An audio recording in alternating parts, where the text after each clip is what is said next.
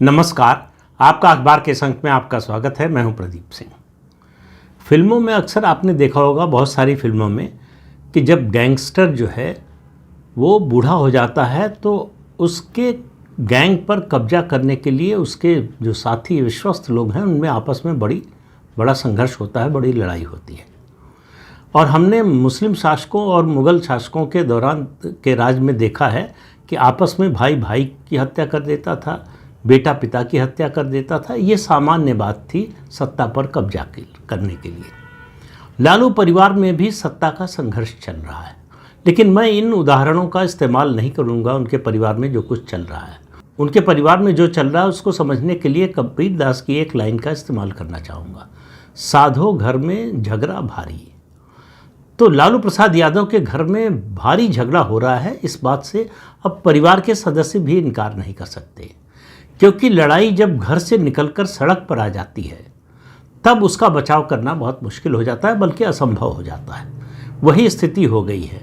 क्या लालू प्रसाद यादव इतने अशक्त हो गए हैं कि परिवार को एक नहीं रख पा रहे हैं? क्या लालू प्रसाद यादव का सिक्का परिवार में भी चलना बंद हो गया है? बिहार की जनता में चलना तो बंद हो ही गया था 2005 के बाद से ही। वो तो थोड़ा सा 2015 में नीतीश कुमार ने संभाल दिया, नहीं तो लालू प्रसाद यादव कब के राजनीति से पूरी तरह से बाहर हो गए होते। लेकिन अभी जो कुछ चल रहा है उसके इतनी जल्दी होने की उम्मीद शायद किसी को रही होगी। हालांकि ये सिलसिला, इसकी शुरुआत काफ़ी पहले से हो चुकी है। तेज प्रताप यादव जो उनके बड़े बेटे हैं, उनकी शादी जो हुई और उनकी पत्नी ने जिस तरह से रोते हुए घर छोड़ा, घर वालों पर जो आरोप लगाए, मामला अदालत में गया, तलाक शायद उनका हो भी गया है मेरे ख्याल से, या हो सकता है मामला चल रहा हो, लेकिन वो झगड़ा सड़क पर आया। तेज प्रताप यादव की पत्नी ने सार्वजनिक रूप से आरोप लगाए। उसके बाद जो है, अभी बिहार विधानसभा चुनाव से पहले तेज प्रताप यादव को लालू प्रसाद यादव ने घर से और पार्टी दोनों से निकाल दिया। ये भारतीय राजनीति के इतिहास की अभूतपूर्व घटना कही जाएगी। लेकिन अभी घटनाक्रम रुका नहीं है, अभी चल रहा है। उनकी एक बेटी है रोहिणी आचार्य, जो सिंगापुर में है, डॉक्टर है कहते हैं। उसने अपनी किडनी दी थी पिता की जान बचाने के लिए। तो पिता की जान बचाने वाली बेटी अपने पिता के घर में ही सुरक्षित नहीं है, ये मैं नहीं कह रहा हूँ, उनकी बेटी ही कह रही है। रोहिणी आचार्य ने एक्स पर पोस्ट किया कि उनके साथ बदसलूकी हुई, गाली दी गई, चप्पल फेंका गया, और उन्होंने घोषणा की कि वो परिवार से, पार्टी से और राजनीति से नाता तोड़ रही हैं। ये बयान देकर वो सिंगापुर वापस लौट गई, जहां रहती हैं, सिंगापुर में ही रहती हैं। पिछले दिनों आई थी, मतलब 2024 में भी आई थी। 2024 में उन्होंने लोकसभा का चुनाव लड़ा था और हार गई थी। राजीव प्रताप रूडी ने उनको हराया था सारण से। उसके बाद अभी के चुनाव के बाद उनका कहना है कि उन पर आरोप लगाया जा रहा है कि उन्होंने अपनी गंदी किडनी जो है पिता लालू प्रसाद यादव को दी, और पैसे और लोकसभा चुनाव के टिकट के लालच में दी। अब आप देखिए, जिस परिवार के पास इतने पैसे हों कि जिसका बेटा बालिग होने से पहले करोड़पति बन जाए, अरबपति अगर नहीं बना तो बड़ी मात्रा में करोड़ों की संपत्ति का मालिक बन गया, वहाँ पिता को किडनी पैसे से लेकर दी गई क्या? आरोप तो यही लग रहा है। और दूसरा, क्या लोकसभा का टिकट जो है वो बेटी को भी बेचा गया? इस तरह के आरोपों से ये शंकाएं मन में पैदा होती हैं। अभी इसी चुनाव में एक उम्मीदवार ने आरोप लगाया कि उनसे जो है 3 करोड़ रुपए मांगे गए थे, उनके पास थे नहीं, उन्होंने मना कर दिया। दूसरे ने 5 करोड़ रुपया दिया, उसको टिकट मिल गया। अब इस आरोप में कितनी सच्चाई है हमको नहीं मालूम, किसी को भी नहीं मालूम हो पाएगी, क्योंकि इन बातों का कोई प्रमाण नहीं मिलता है। ये आरोप प्रत्यारोप है, मान सकते हैं चुनाव के समय का आरोप है। इस तरह के आरोप सच भी होते हैं और झूठ भी होते हैं, तो उनकी सच्चाई का पता करना बड़ा मुश्किल होता है। लेकिन अगर इस तरह का आरोप लगने लगे तो वो जो कहते हैं ना कि बिना आग के धुआं नहीं निकलता, तो धुआं निकल रहा है तो कुछ ना कुछ तो सुलग रहा है। तो सुलग रहा है तो आरजेडी में बहुत कुछ सुलग रहा है। आरजेडी में तेजस्वी यादव के करीबी संजय यादव पर आरोप लग रहे हैं, जो राज्यसभा के सदस्य हैं। मूल रूप से वो हरियाणा के हैं, लेकिन तेजस्वी यादव के संपर्क में आईपीएल में दोनों थे, उस समय से संपर्क में हैं। और उस समय की दोस्ती अभी तक चल रही है। वो माना जा रहा है कि उनके सबसे बड़े सलाहकार हैं और परिवार के कई सदस्यों का कहना है कि वो सबसे बड़े विध्वंसक तत्व के रूप में मौजूद है पार्टी और परिवार में। पार्टी वही चला रहे हैं, तेजस्वी यादव सिर्फ उन्हीं की सुनते हैं। अब फिर ये ऐसी बात है जिसके बारे में कोई प्रमाण नहीं दिया जा सकता। लेकिन संजय यादव के खिलाफ आरजेडी के अंदर इतना विरोध है जिससे लगता है कि कुछ न कुछ समस्या तो है। अब क्या है, कितनी गहरी समस्या है पता नहीं, लेकिन रोहिणी आचार्य का सार्वजनिक रूप से ये बयान देना ये बताता है कि लालू परिवार में सब कुछ ठीक नहीं चल रहा है।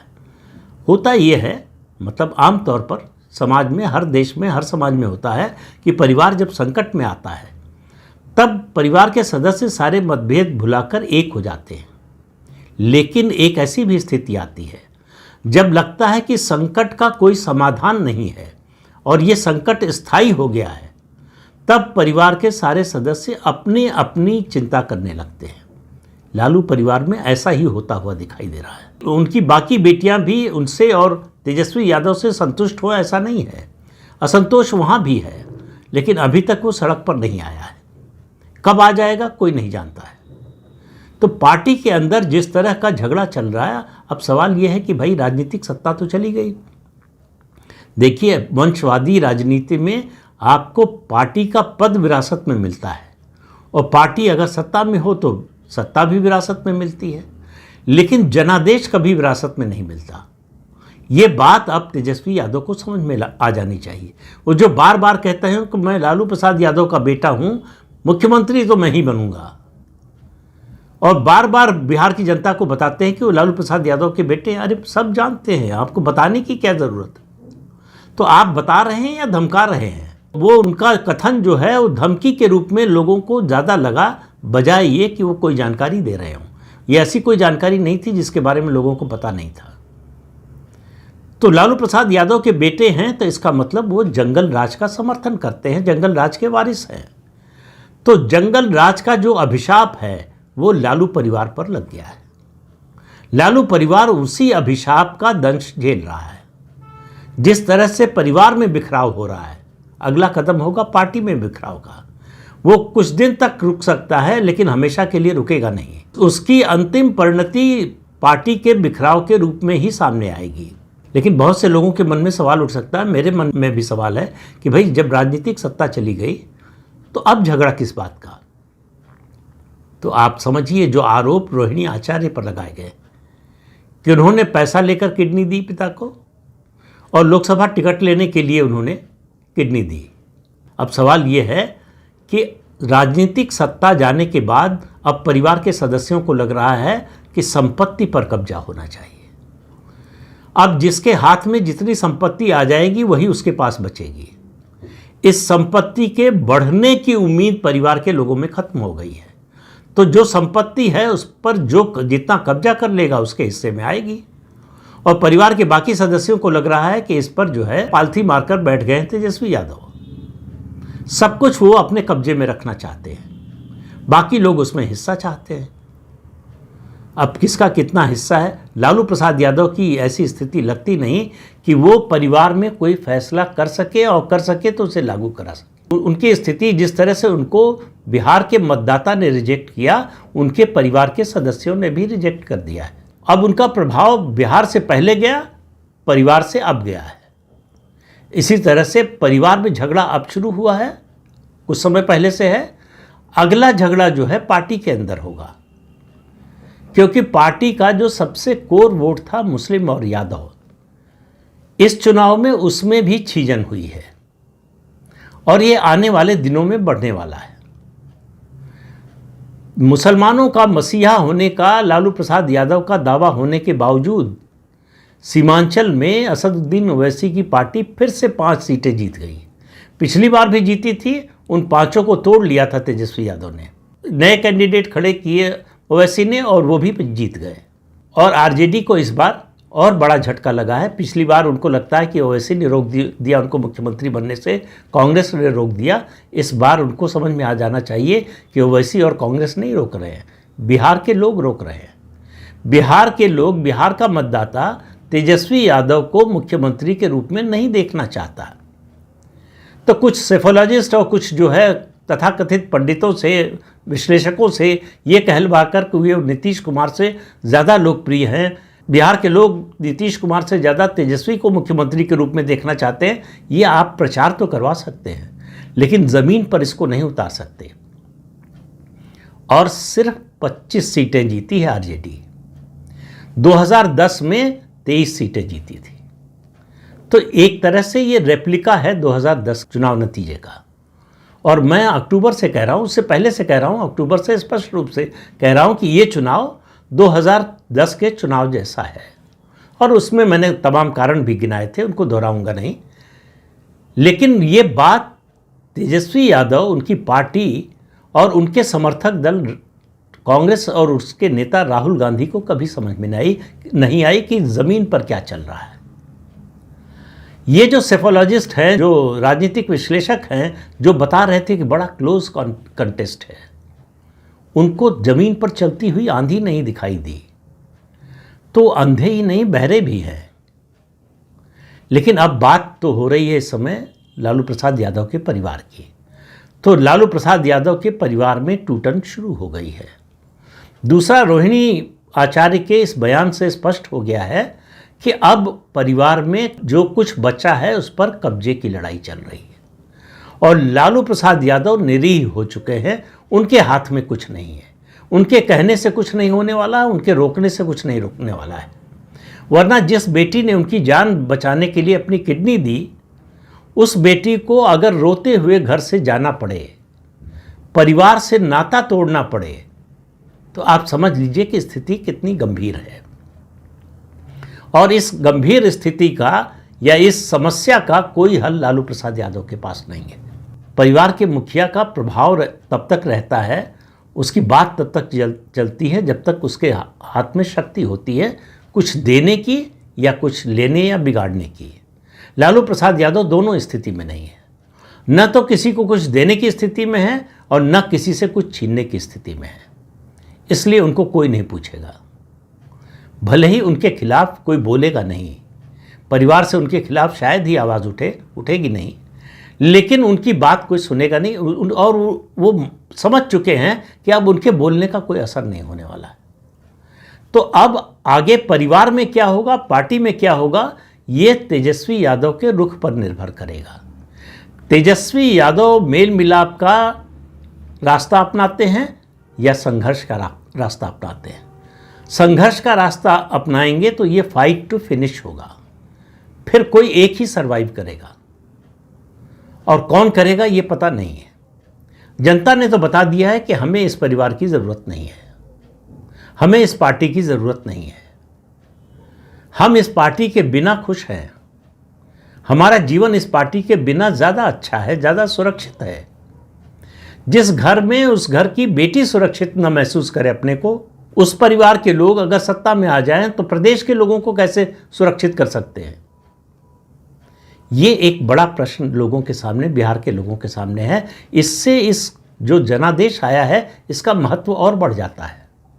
जो होने वाला है, जो भविष्य में है, वो भी बिहार के मतदाताओं ने पहले भांप लिया, देख लिया था। वो समझ गए थे कि इस परिवार का समय जा चुका है। अब इस परिवार के साथ रहने में न तो उनकी निजी भलाई है, न समाज की है और न प्रदेश की है। इसलिए उन्होंने इतना स्पष्ट जनादेश दिया। 20 साल की एंटी इनकम्बेंसी हवा में उड़ गई और 20 साल बाद भी नीतीश कुमार एक बार फिर से मुख्यमंत्री बने हैं। और एनडीए का गठबंधन और जो आरजेडी का गठबंधन था, उन दोनों में वोट शेयर का अंतर 10% है। अब इससे आप अंदाज़ा लगा लीजिए लोगों की इच्छा की क्या थी, उनकी मनोकामना क्या थी। उन्होंने बहुत स्पष्ट रूप से बताया है, वो किसी कन्फ्यूजन में नहीं थे, कोई दुविधा नहीं थी उनके मन में। दुविधा होती तो शायद हंग से मिली आती या बहुत नज़दीकी फैसला होता। उनके मन में स्थिति बिल्कुल स्पष्ट थी और उनका फैसला भी बिल्कुल स्पष्ट आया। जिसको ये समझ में नहीं आ रहा है इस फैसले का मतलब, समझिए कि उसको राजनीति समझ में नहीं आती है, समझिए कि उसको अपने भविष्य की भी चिंता नहीं है। इसलिए ये जो आरजेडी के लोग बोल रहे हैं, कांग्रेस के लोग बोल रहे हैं, ये समझिए ये दरअसल अपने लिए विपत्ति को न्योता दे रहे हैं। इनके आने वाले दिन कभी अच्छे नहीं होने वाले हैं। ये इन लोगों का काम ही बता रहा है, इन लोगों की बोली ही बता रही है। तो ये जो परिवार का झगड़ा बढ़ रहा है, ये आने वाले दिनों में और ज़्यादा बढ़ेगा। और जब और ज़्यादा बढ़ेगा, और बढ़ेगा कब? 4 दिसंबर से सुनवाई है लैंड फॉर जॉब का जो स्कैंडल है उसकी, और परिवार को पेश होना पड़ेगा। लालू प्रसाद यादव को, राबड़ी देवी को, मीसा भारती को, तेजस्वी यादव को और उनकी एक और बहन को, इन सब को अदालत में पेश होना पड़ेगा। चार्जशीट फाइल हो गई है, चार्जेस फ्रेम हो गए हैं, अब जो है सुनवाई होनी है और फैसला आना है। और क्या फैसला आएगा, वैसे तो अदालत के फैसले के बारे में कोई भी अनुमान या भविष्यवाणी नहीं करनी चाहिए, लेकिन स्पष्ट जिस तरह का केस है उसको देखते हुए लगता है कि स्पष्ट है कि सज़ा तो मिलेगी। सवाल ये है कि कितनी और कितने दिन में। तो लालू प्रसाद यादव के परिवार का राजनीतिक सफ़र अब थमता हुआ नज़र आ रहा है। बिहार की राजनीति से ये वंशवादी परिवार बाहर होने जा रहा है। जनता ने दरवाज़ा खोल दिया है बाहर जाने का। अब अगर नहीं जाएंगे तो क्या हाल होगा, इसकी कल्पना की जा सकती है। तो इस अंक में इतना ही। अगले अंक में फिर मिलेंगे किसी नए मुद्दे के साथ। तब तक के लिए अनुमति दीजिए। आपसे अनुरोध है कि चैनल देखिए, शेयर कीजिए, लाइक कीजिए और सब्सक्राइब जरूर कीजिए। नमस्कार।